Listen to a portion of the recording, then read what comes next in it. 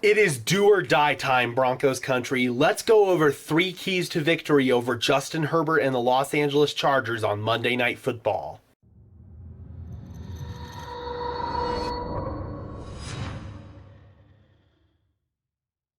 Hello everyone and welcome to Denver Broncos Syndicate, part of the Sports Syndicate family of channels where we are dedicated to bringing you content about our favorite sports teams. I am your host, Gage Madrid. Before we jump in, if you could just do me a big favor and leave a like on this video as well as subscribe and ring the notification bell, that would be absolutely awesome. We are trying to reach 900 subscribers, so let's see how fast we can get there. The Denver Broncos are entering Week 6 with their second AFC West divisional matchup on tap as they travel to Los Angeles to face Justin Herbert and the Chargers. When the Broncos kick off this game, they will have had 11 days to sit on their really ugly loss to the Indianapolis Colts that saw Russell Wilson in the passing game struggle in what ended up being a 12-9 overtime loss. The Broncos are currently sitting at 2-3, and they really are going to need to pick up a victory this week, as at 3-3 you can recover and you can bounce back from that. If you start off 2-4, yeah, it's possible to bounce back, but it's really improbable. Now, much like the Broncos, the Chargers entered this season with pretty lofty expectations after several big offseason moves,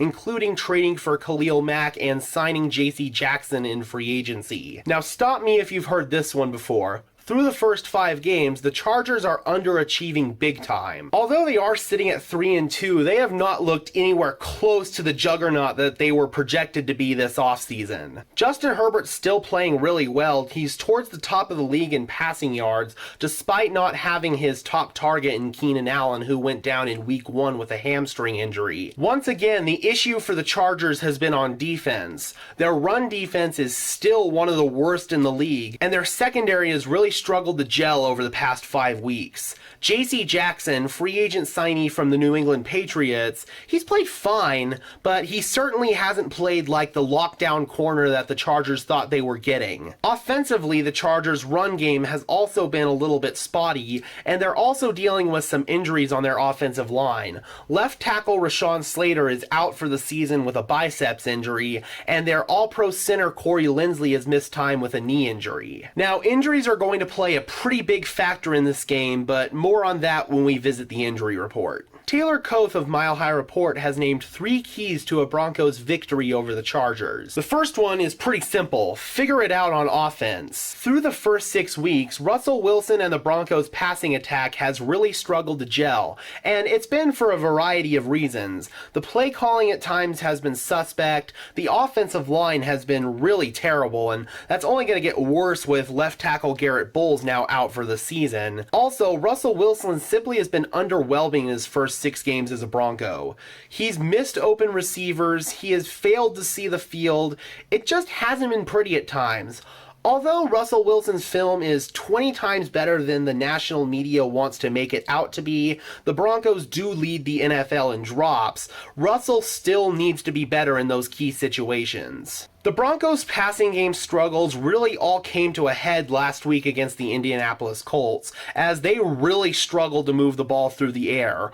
Although part of that could be attributed to Russell Wilson's shoulder injury, a good chunk of this is just stuff that needs to be corrected if the Broncos are going to have a fighting chance moving forward. In the run game, although obviously losing your starting running back for the year does not help, the scheme for the Broncos running game, in my opinion, has not been great. They haven't built off that running game in play action, in my opinion, and overall the Broncos have really struggled to move the ball, especially when running to the right side of the field.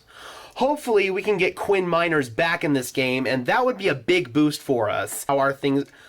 If we have to go with Graham Glasgow again, I'm a little bit worried about where things sit in the run game for us. The second key to victory is going to be for the Broncos defense to stifle the Chargers pass catchers. One thing that is really going to help out the Broncos in that aspect is that the Chargers top wide receiver Keenan Allen is not expected to play as he continues to recover from his hamstring injury. That means that Pat Surtain is going to be locked up on Chargers number 2 wide receiver Mike Williams for most of the game, and I'm pretty confident that PS2 is going to be able to take away Williams after what we've seen him do to Devontae Adams and other guys. PS2 is simply a lockdown corner, so I'm not really worried about that. The Chargers do have some guys that they can beat you with through the air, though.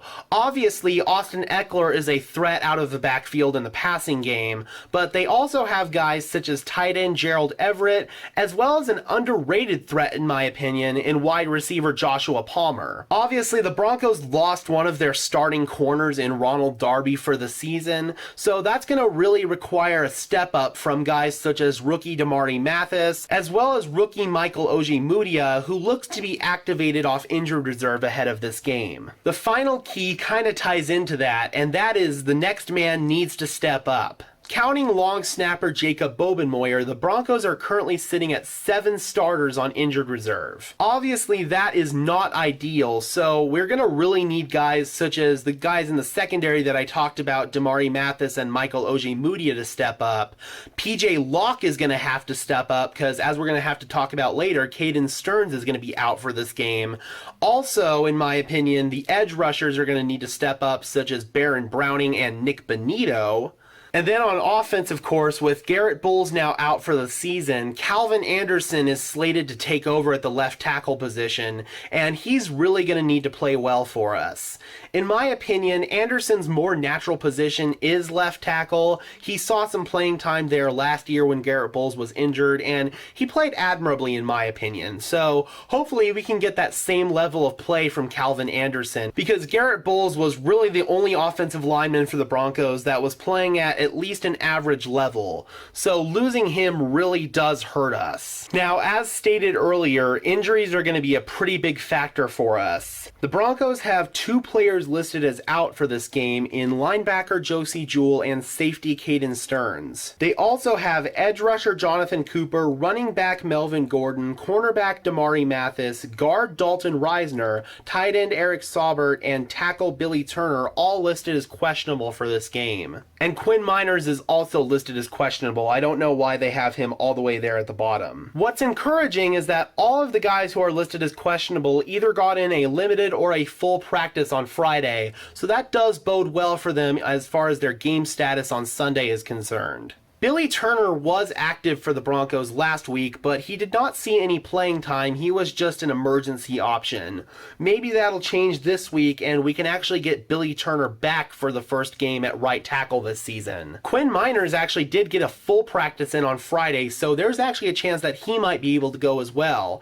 Getting our starting right side of our line back would really give the Broncos a big boost. Now on the Chargers side, as stated earlier, Keenan Allen is not expected to play in this game, and his official injury designation is doubtful. The Chargers also have right tackle Trey Pipkins listed as questionable for this game as he continues to battle with a knee injury. Of course, that's not the only big injury for the Chargers, as their star edge rusher Joey Bosa has been on injured reserve since week 1 with a groin injury. Another one to keep an eye on was center Corey Linsley was DNP on Friday with an illness. I don't know if it's COVID related or not, but hopefully he should be good to go on Monday night. With both teams dealing with pretty significant injuries, it really does kind of level the playing field a little bit, but I still do have concerns about the Broncos' depth heading into this one, just because of the sheer volume of injuries that we've suffered. As stated earlier, guys are really going to have to step up in this game,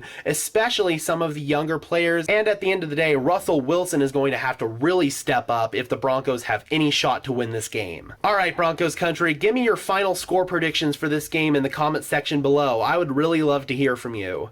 Be sure to leave a like on this video as well as subscribe and ring the bell so these videos appear in your notification feed. And while you're at it, be sure to follow me on Twitter at Gage Madrid NFL for even more Broncos coverage. And for now, this has been another episode of Denver Broncos Syndicate. I am your host, Gage Madrid, saying peace out and let's ride.